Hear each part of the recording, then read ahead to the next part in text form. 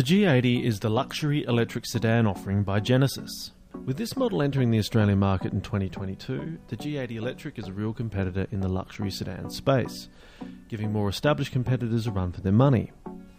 With a price tag of between $156,000 and $159,000, depending on paintwork, it is sure to make waves in the Australian luxury EV market. The exterior of the G80 is conservative, sleek yet stylish. From the beefy grille and front fender, assertive bonnet, dual LED headlights and prominent nose, it makes a statement. For a large sedan, it manages to keep a sporty and low profile, with clean lines from front to back. These are reminiscent of other luxury brands and may be trying to emulate, though are still different enough to make the G80 stand out as something more unique. The real standout for this vehicle is the high level of quality features included in the base price, which would cost significantly more in other more established brands, either as inclusions or upgrades. The electric G80 is approximately in the same league as the BMW i7, though far cheaper, the BMW i4, though bigger, the Lexus LS, though again cheaper, or the Mercedes EQ350. The Genesis G80 Electric is based on the internal combustion model G80, rather than being built as an EV from the ground up, which is noticeable in two ways. Namely that the rear passenger floor space seems slightly reduced, with the floor slightly higher than you might expect due to the addition of the battery. Also, the rear boot space is smaller than expected due to the rear electric motors. Another result of this is the huge front section of the car, which would usually house a large internal combustion engine, is instead taken up with a large electric motor. With no frunk or storage space, it seems a bit of an uneconomical use of space, especially compared to cars that are built electric from the ground up. The high quality of the interior fit out is a real standard of the electric G80.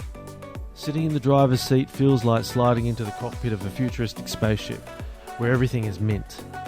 All the touch points are ergonomic, handy and sleek, from the centre circular drive control to the physical touchscreen navigation wheel and even the seat adjustments. The inclusion of a mix of physical controls and touchscreen features gives you the option of interacting with the vehicle on your terms, which is pleasing to see.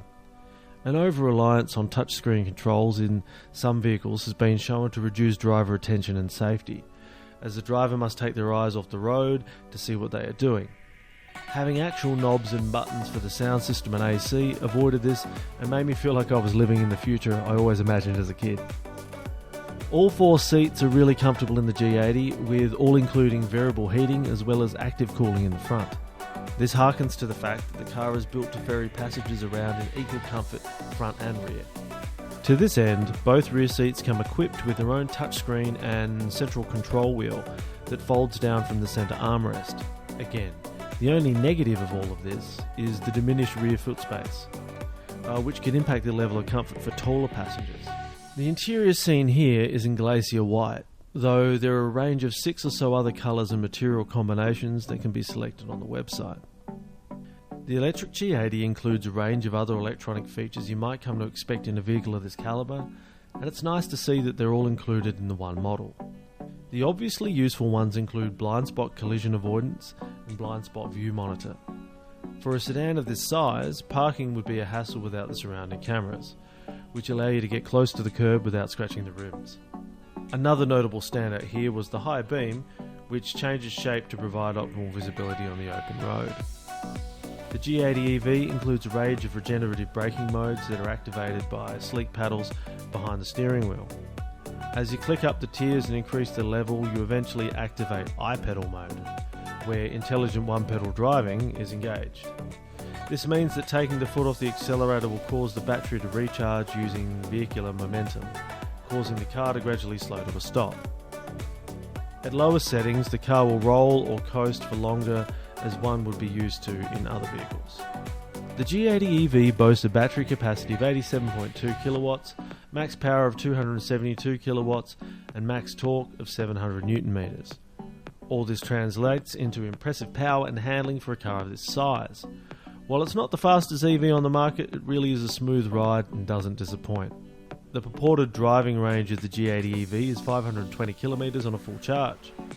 This is impressive compared to other vehicles in the market, though I recommend that one deduct 10 to 20% in any EV max range claim by a manufacturer, as range is usually calculated based on optimal conditions, including temperature, a max speed significantly below open road speed limits, and whether or not you pump the air conditioning and stereo.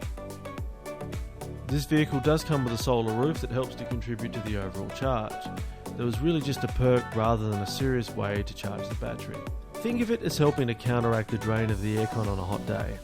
Genesis claims the G80 EV can charge from 10 to 80% in 22 minutes on a 350 kilowatt DC ultra-fast charger, which is impressive. On the more common 22 kilowatt roadside DC chargers, I was able to achieve something similar in around 2 hours, however.